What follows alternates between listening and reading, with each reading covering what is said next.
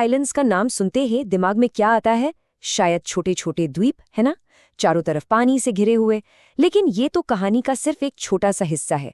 असल में ये देश लगभग 10 लाख वर्ग मील में फैला एक विशाल महासागर है। तो चलिए इस सोच को थोड़ा बदलते हैं और देखते हैं कि सच्चाई क्या है। हम कोई छोटा द्वीपीय देश नहीं हैं, हम एक बड़ा महासागरीय देश हैं। देखिए, ये सिर्फ शब्द नहीं है, ये एक पूरी की पूरी सोच है जो इस देश की पहचान को, उसके वजूद को एक नया मतलब देती है।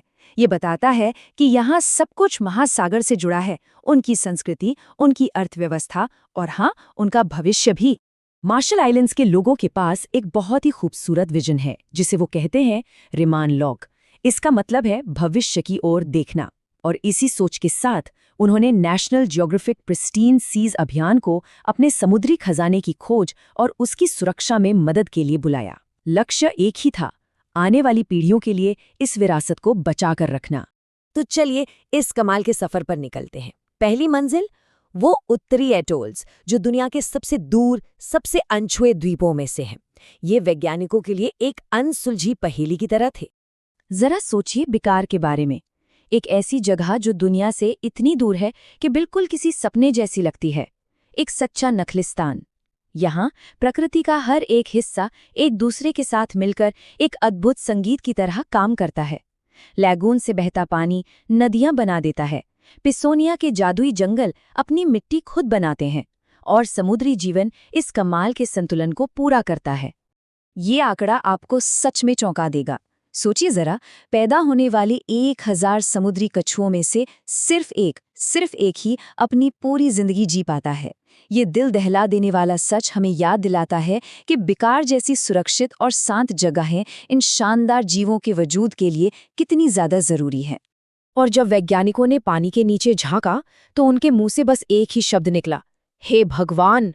और ऐसा क्यों न हो, वो जगह जीवन से लबालब भरी हुई थी, खासकर शार्क जैसे बड़े शिकारियों से, जो पानी में पूरे आत्मविश्वास के साथ तैर रहे थे। अगर आपको लगा कि बिकार वाइल्ड था तो बुकाक के लिए तैयार हो जाइए। ये तो उससे भी ज्यादा दूर, उससे भी ज्यादा अनछुआ है। और यहाँ टीम का सामना हुआ पता है किससे? शार्क की एक दीवार से। अब ये एक ऐसी चीज है जो बायोलॉजी की सारी किताबों को, सारे नियमों को पलट कर रख देती है। आमतौर पर किसी भी इकोसिस्टम में शिकार की संख्या शिकारियों से कहीं ज्यादा होती है, ठीक, लेकिन बोकाक में नहीं। यहाँ पिरामिड बिल्कुल उल्टा है। मतलब जरा सोचिए कि किसी जंगल में हिरणों से ज्यादा शेर हो। सुनने में नामुमकिन लगता है ना? पर एक ऐसे स्वस्थ और कुशल इकोसिस्टम का संकेत है जिसकी हम कल्पना भी नहीं कर सकते। इसका सीधा सा मतलब ये है कि यहाँ के टॉप प्रेडेटर्स यानी कि शार्क इस पूरे इकोसिस्टम की जान है। वो एक मैनेजर की तरह काम करते हैं जो बीमार और कमजोर जीवों को हटाकर पूरे सिस्टम को मजबूत और हेल्दी रखते हैं। पर रुकिए, बुकाक के अजूबे सिर्फ शार्क तक ही खत्म नहीं होते। टीम को 100 साल से भी ज्यादा पुराने विशाल क्लैम्स मिले। उन्होंने बम्पहेड पैरट फिश के झुंडों को फिर से देखा और तो और विज्ञान के लिए एक बिल्कुल नई मछली की प्रजाति भी खोज निकाली। ये बात तो सच में हैरान करने वाली है। एक अकेली बम्पहेड पैरट फिश एक साल में 5 टन से ज्यादा रेत बना सकती है। जी हाँ, ये मूंगों को खाकर और फिर उसे रेत के रूप में निकालकर असल में इन द्वीपों के बीच बिल्डर्स हैं। लेकिन इस जन्नत जैसी जगह पर भी एक कड़वी सच्चाई मौजूद है। दुनिया की सबसे दूर की जगहें भी हमारे प्लैनेट पर मंडरा रहे खतरों से बच नहीं सकती। क्लाइमेट चेंज और प्लास्टिक पोल्यूशन की परछाई यहाँ तक भी पहुँच चुकी है। और अब ये कहानी एक बहुत ही दुखद और गंभीर मोड़ लेती है। इस अभियान का अगला पड़ाव था बिकिनी एटोल, एक ऐसा नाम जो अपने विनाशकारी इतिहास की वजह से दुनिया भर में जाना जाता है। 1940 से 1958 के बीच अमेरिका ने इस शांत जन्नत को 23 न्यूक्लियर टेस्ट्स का नर्क बना दिया। सबसे विनाशकारी था कैसल ब्रावो हाइड्रोजन बॉम्ब, एक ऐसा धमाका जिसने इस जगह और यहाँ के लोगों पर एक ऐसा जख्म छोड़ा जो आज तक नहीं भरा है। ये बहुत डरावना और खाली है। जब एक वैज्ञानिक ने पहली बार पनडुब्बी से कैसल ब्रावो के उस गड्ढे में झांका तो उसके शब्द यही थे। सोचिए, धमाके के 70 साल बाद भी वो जगह एक वीरान, बेजान जोन बनी हुई थी।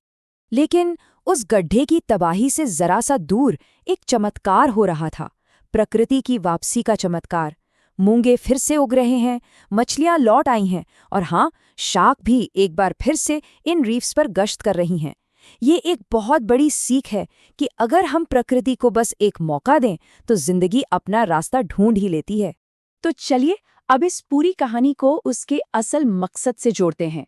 मार्शल आइलैंड्स के लोग और उनके लिए इस रिसर्च का असली मतलब क्या है।